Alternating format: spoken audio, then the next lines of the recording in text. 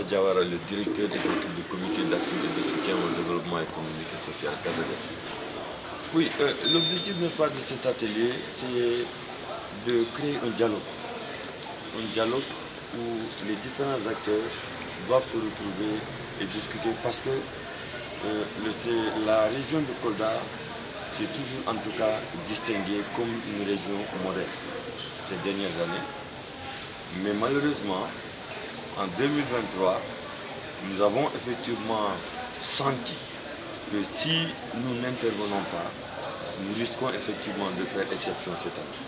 Parce que l'enjeu est tel qu'il y a beaucoup d'enjeux, il y a beaucoup de candidats, et les jeunes et les femmes en général sont la cible de ceux qui, en tout cas, créent la violence au niveau, n'est-ce pas, dans le cadre des élections. Maintenant, le CASADES, conforme avec son domaine paix et sécurité, et a toujours travaillé aussi dans le cadre de l'audition des candidats, en tout cas pour que les élections se passent très bien.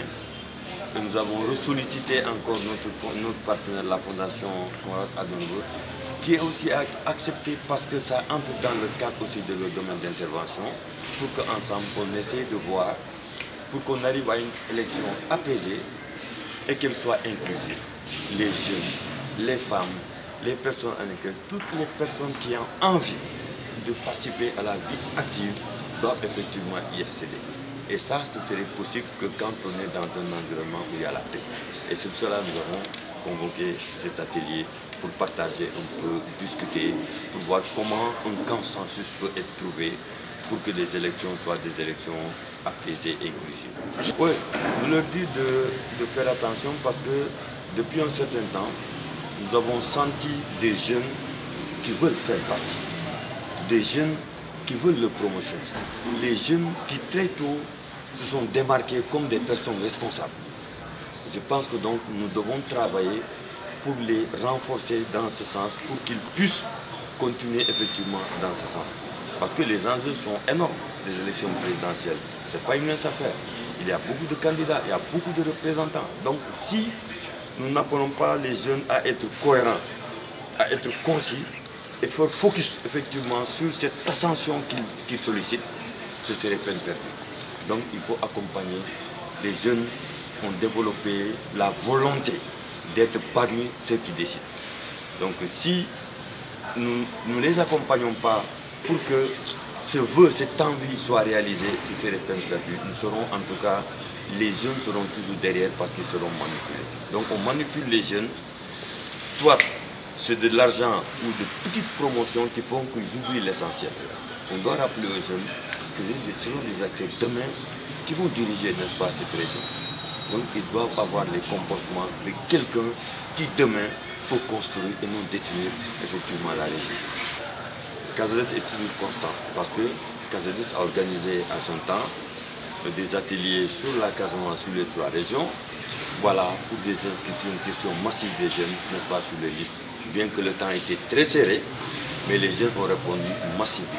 Et je pense que c'est là où on a vu l'intérêt effectivement des réseaux sociaux, parce que les jeunes ont développé tout type, en tout cas de communication, qui ont permis aux personnes de comprendre si nous devons changer de bureau de vote, si nous devons nous réinscrire, tout le processus qu'il faut, si nous devons rechercher une autre carte, qu'est-ce qu'il faut. Je pense que ça a été un travail qui a été fait et qui a porté des fruits. Pour preuve, le jour où on a ouvert en tout cas le retrait des cartes, c'était un rush.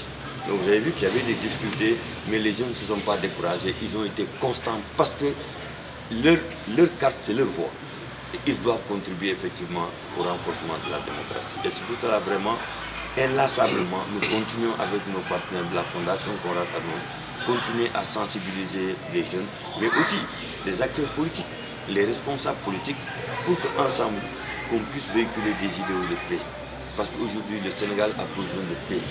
Le Sénégal a beaucoup de ressources. Le Sénégal veut se développer. Elle ne le fera pas sans l'apport des uns et dans un climat apaisé. Et voilà, nous interpellons tous les acteurs politiques de tous bords pour que vraiment que ces idées de paix, de concorde, de cohésion sociale puissent être en tout cas restaurées. Parce que c'est ce que nous sommes en train de perdre. La politique est en train de diviser, n'est-ce pas, les gens. Et ça, on ne l'a pas connu. depuis un certain moment. Peut-être avant, mais en tout cas, depuis ces 10 dernières années, nous avons vraiment que les jeunes sont ensemble, ils essaient en tout cas de prouver, c'est ça que nous devons penser. Et ça aussi, nous demandons aussi aux médias, c'est des acteurs du processus, une information vraie et juste. Ça aussi, ça contribue à des élections, mais à consolider la paix.